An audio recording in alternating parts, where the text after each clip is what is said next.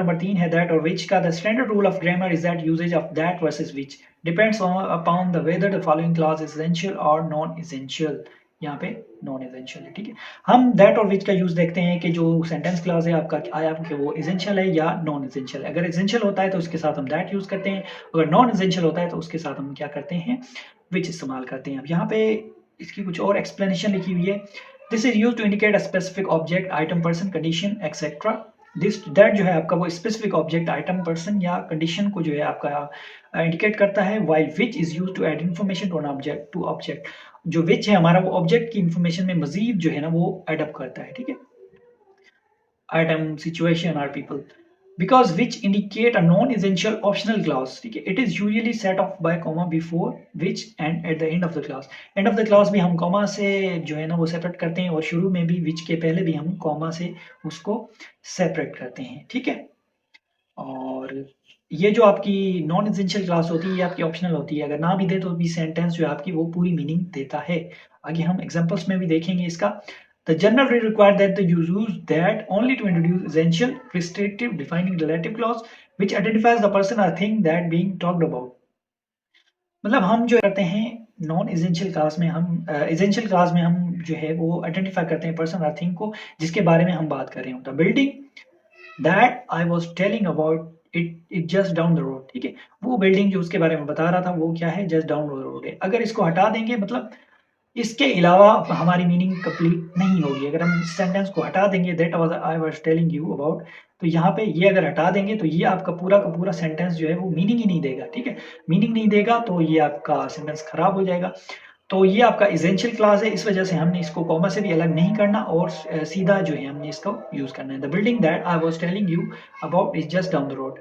उसके बाद in this sentence phrase that I was telling about specifically identifies, ठीक है, the object in the previous phrase and is an essential clause in this use that should never be preceded by a comma because the word is integral part of the description, ठीक है।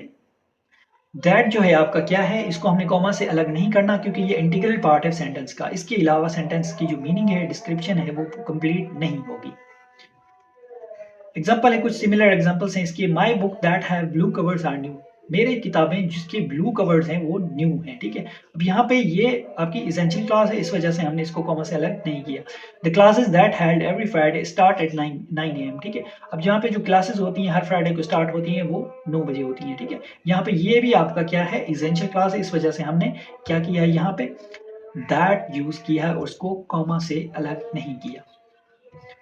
उसके बाद मजीद है, note that the subject of the essential clause can change that to who when where. अब यहाँ पे that जो है हमारा वो भी चेंज हो सकता है हु व्हेन और वेयर में। किस तरह से, अब who for a person, when for a time period, where is a substitute that of that place, ठीक है। अब यहाँ पे जो वेयर है आपका वो किस वजह किसके लिए यूज होता है, आपका सब्स्टिट्यूट ऑफ दैट प्लेस। और जो वेन है आपका यूज होता है टाइम पीरियड के लिए और हु जो है आपका वो पर्सन के लिए यूज होता है।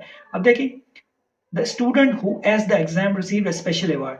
जिस स्टूडेंट ने मतलब एग्जाम एस किया है वो उसको स्पेशल अवार्ड उसने रिसीव किया है, ठीक है। अब यहाँ पे वो पर्सन के लिए बात कर रहा है तो हमने हु लगाया, ठीक है। नंबर 2 है, रिमेंबर दैट टाइम व्हेन। अब यहाँ पे ये व्हेन जो है ना आपका, ये इसको जो है ना हाईलाइट करना था, ठीक है। We got lost in the city. अब रिमेंबर दैट टाइम व्हेन, ठीक है। अब यहाँ पे व्हेन जो है ये आपके दैट की जगह है, दैट को सब्स्टिट्यूट किया है इसने, ठीक है।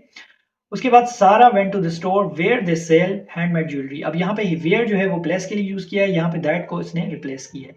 यहाँ पे जो वेन है इसने टाइम को अपने टाइम की वजह से आया, यहाँ पे पर्सन, यहाँ पे टाइम और यहाँ पे प्लेस, ओके। उसके बाद on the other hand use which with non essential और नॉन डिफाइनिंग क्लासेस, जो कि मैंने पहले आपको बताया कि ये हम विच जो है वो नॉन एसेंशियल क्लासेस के लिए यूज करते हैं। There are clauses providing additional information about something that has been identified in the context। जो पहले ही मतलब जो है ना वो सेंटेंस जो है वो मीनिंग कंप्लीट दे रहा हो और अगर उसको हम निकाल दें तो फिर भी जो सेंटेंस है वो कंप्लीट मीनिंग दे। अगर मजीद मतलब इंफॉर्मेशन ऐड करने के लिए हम जो है ना वो नॉन एसेंशियल क्लास लगाते हैं। In this use, which is always preceded by comma and comma is placed after the restrictive clause ends if the sentence continues। अगर सेंटेंस कंटिन्यू होता है तो हम क्या करते हैं, विच को जो है ना कॉमा से प्रेसिडेड करते हैं, कॉमा यूज करते हैं, और उसके बाद जो रिस्ट्रिक्ट क्लास जब एंड होता है, अगर कंटिन्यू होता है तो वहां भी हम कॉमा यूज करते हैं, ठीक है, उसको अलग करने के लिए, सेपरेट करने के लिए। For example my new books which have red cover are on the chair. अब यहाँ पे माई बुक्स, अब यहाँ पे इसको हटा दें, ठीक है, विच को, अब इस पूरे को ना पढ़ें, ठीक है, यहाँ पे ये एग्जिस्ट नहीं करता, ठीक है, ये इनविजिबल है। My new books are on the chair, तो यहाँ पे ये मीनिंग कंप्लीट दे रहा है कि मेरी न्यू बुक जो है वो चेयर पे पड़ी है, ठीक है, यहाँ पे ये कंप्लीट मीनिंग दे रहा है, लेकिन हमने इस पे मजीद जो है इन्फॉर्मेशन ऐड की है। My new books which have red covers are on the chair, ठीक है, वो चेयर पे हैं। यहाँ पे ये क्या है, नॉन एसेंशियल, यहाँ पे हमने इसको कॉमा से सेपरेट। एग्जाम्पल नंबर 2 है आपका, the padded chairs which are on the second floor have to be replaced. अब यहाँ पे देखिए द पैडेड चेयर्स के बाद हमने कॉमा लगाया है, which are on the second floor, ये आपका नॉन एसेंशियल क्लॉज है। नॉन एसेंशियल मतलब ये इंपॉर्टेंट नहीं है इतना, इसको हम हटा दें तो फिर भी ये आपका सेंटेंस जो है पूरी मीनिंग दे रहा है, the padded chairs have to be replaced. अब यहाँ पे हम 2 कॉमास लगाएंगे, एक पहले कॉमा लगाएंगे और एक बाद में, जब ये क्लॉज हमारी खत्म होगी तो वहां पे हम ये कॉमा लगाएंगे।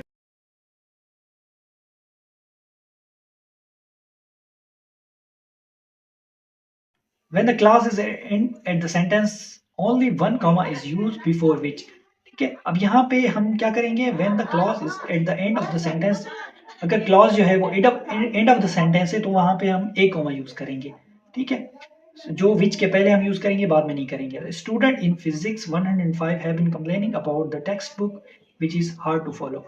अब यहाँ पे क्या बता रहा है कि जो स्टूडेंट है फिजिक्स 105 में वो कंप्लेन कर रहा है टेक्स्ट बुक की, वो कह रहा है कि हार्ड टू फॉलो है, ठीक है। अब यहाँ पे ये विच जो है ना वो एंड में आया है, ठीक है, एंड में आया है तो यहाँ पे हमने एक कॉमा लगाया है, यहाँ पे हम सिर्फ एक कॉमा लगाएंगे, ठीक है, दूसरा कॉमा नहीं लगाएंगे। उसके बाद आगे आपका, you may also want to use which to introduce essential clause when the preceding phrase contains that on a those, ठीक है, दैट एंड दोस, ठीक है, यहाँ पे ये एंड है। And those meaning if that has already appeared in the sentence, writers sometimes use which to introduce to text clause, whether it is essential or non-essential. This is done to avoid awkward formation। इसका मतलब ये है कि जब भी हम मतलब जो है वो essential clause भी हम मतलब क्या करते हैं, वहां पे भी हम which लगाते हैं जहां पे हमने already that those इस्तेमाल कर लिया होता है। किस तरह से एग्जांपल देखते हैं, We want to fund only those initiatives which will increase revenues and customer satisfaction। अब यहाँ पे देखिए those already यहाँ पे ऐड हुआ है। अब यहाँ पे करेंगे we want to fund only those initiatives that will increase revenues या those will increase revenues। यहाँ पे those मतलब दो दफा हो जाता है, awkward formation हो जाती है, इस वजह से हम यहाँ पे which लगा लिया। हम पहले अगर यूज कर लें तो उसकी जो सेकंड आएगा वो आपका which होगा। Mrs. O'Reilly likes that new Italian restaurant which is located downtown. अब यहाँ पे ये भी इसेंशियल क्लास है, mister O'Reilly likes that new Italian restaurant that is located downtown, तो यहाँ पे ये awkward फॉर्मेशन है, इस वजह से हमने विच लगाया।